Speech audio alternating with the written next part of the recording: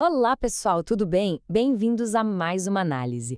Hoje a gente vai mergulhar de cabeça no último relatório do Fundo Imobiliário Iridium, o IRIM11.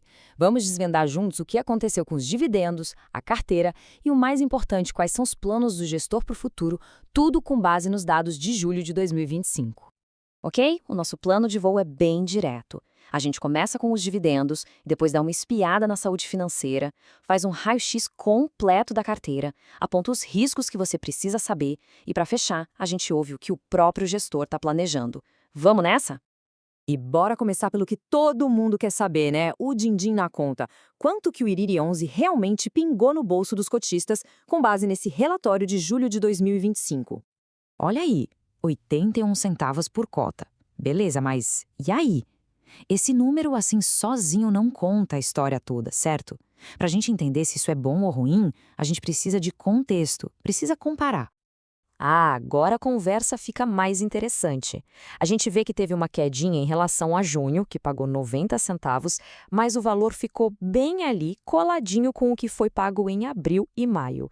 Isso mostra que os rendimentos deram uma certa oscilada nos últimos meses. Traduzindo esses 81 centavos em rentabilidade, a gente está falando de um dividend yield de 0,94% no mês. E, já que estamos falando em métricas, tem um outro dado fundamental. O P sobre VP, que é o preço sobre o valor patrimonial, está em 0,95. Sabe o que isso quer dizer? Que a cota do fundo está sendo negociada na bolsa com um descontinho de 5% em relação ao que ela realmente vale. E só para deixar todo mundo na mesma página, o que é esse tal de dividend yield? Pensa nele como se fosse o aluguel que o seu investimento te pagou naquele mês. É o jeito mais rápido de medir o retorno que o fundo está te dando só com os dividendos, sem nem contar a variação do preço da cota. Certo, já sabemos quanto o fundo pagou.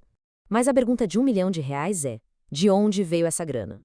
Olha que interessante essa tabela. O fundo teve de receita quase R$ 1.730.000. Tirando as despesas, sobrou em caixa R$ 1.556.000. E quanto ele distribuiu? Praticamente tudo. A gestão fez questão de destacar no relatório que essa foi uma distribuição excepcional, ou seja, eles optaram por não guardar quase nada em caixa dessa vez. Ok, agora vamos dar uma de mecânico e abrir o capô desse fundo. Vamos ver o que tem dentro do motor, ou seja, onde o dinheiro do IRI 11 está realmente investido. Nossa, aqui a gente vê o DNA do fundo gritando, olha isso, mais de 70% da carteira está ligada no IPCA, é, sem dúvida nenhuma, um fundo que aposta forte na inflação. A estratégia é clara, se a inflação sobe, o fundo tende a se beneficiar. E não é só a correção pela inflação, não. Além do IPCA, esses ativos ainda pagam uma taxa média de quase 9% ao ano. É o famoso IPCA+. E é exatamente essa combinação que é o grande motor que gera os rendimentos do fundo. E o que a gestão andou fazendo em julho? Bom, eles venderam um pouquinho das cotas de outro fundo, o IRDM 11. Essa venda gerou um prejuízo pequeno no mês, mas a gestão explica o porquê. O objetivo é reciclar o portfólio, ou seja, vender algo para buscar ativos com uma qualidade de crédito melhor. E olha que curioso, mesmo depois dessa venda, o IRDM 11 continua sendo a maior posição que o fundo tem em outros fundos imobiliários. Logo em seguida vem o DEVA 11. Bom, como nem tudo são flores no mundo dos investimentos, chegou a hora de falar dos pontos que exigem a nossa atenção.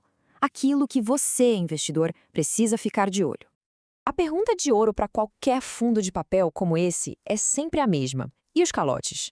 A galera que pegou dinheiro emprestado com o fundo está pagando em dia? E a resposta é 6,31%. Esse é o percentual do patrimônio do fundo que está alocado em ativos com pagamentos em atraso. É um número que, com certeza, acende o sinal de alerta amarelo e precisa ser monitorado bem de perto.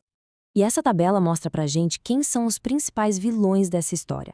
São esses os ativos que estão puxando esse número para cima. A gestão afirma que está trabalhando em cada um deles, renegociando dívidas e buscando garantias para tentar recuperar essa grana para o fundo. Outro ponto que vale a pena comentar é o uso de um negócio com nome complicado, operações compromissadas reversas. A ideia é simples, é como se o fundo pegasse um empréstimo bem rápido de curto prazo, usando os próprios ativos como garantia, só para gerenciar o caixa. É uma ferramenta comum, mas é bom saber que, no fim das contas, é uma forma de alavancagem. Certo, já vimos os números, os riscos, mas e aí? O que o próprio gestor do fundo tem a dizer sobre tudo isso? E a gestão abre o jogo, o que é muito bom. Eles reconhecem que o resultado foi impactado negativamente pela inflação mais baixa, que afetou a marcação a mercado dos títulos da carteira. Em outras palavras, o valor desses papéis caiu. E claro, eles também citam aquela venda com prejuízo que a gente já comentou. Mas a grande notícia, a verdadeira cartada na manga do gestor, está aqui. A proposta de fusão com o fundo irmão, o IRD-M11. A estratégia é clara: unir forças para criar um superfundo, um veículo único muito maior, com mais liquidez e mais poder de fogo para negociar. Essa é a grande aposta para o futuro. Para a gente fechar com chave de ouro, bora fazer aquele resumão, colocar tudo na balança, os prós e os contras para te ajudar na sua própria análise. De um lado, nos pontos positivos, temos uma carteira super exposta à inflação, o que pode ser ótimo, e essa proposta de fusão que pode mudar o jogo. Do outro lado, nos pontos negativos, temos esse nível de inadimplência que não dá para ignorar, um resultado recente que apanhou um pouco da inflação baixa e aquela venda de FII que realizou um pequeno prejuízo. E tudo isso nos deixa com a pergunta-chave para o investidor. Essa fusão vai ser a solução mágica, diluindo esses ativos problemáticos num fundo gigante e resolvendo a dor de cabeça da inadimplência?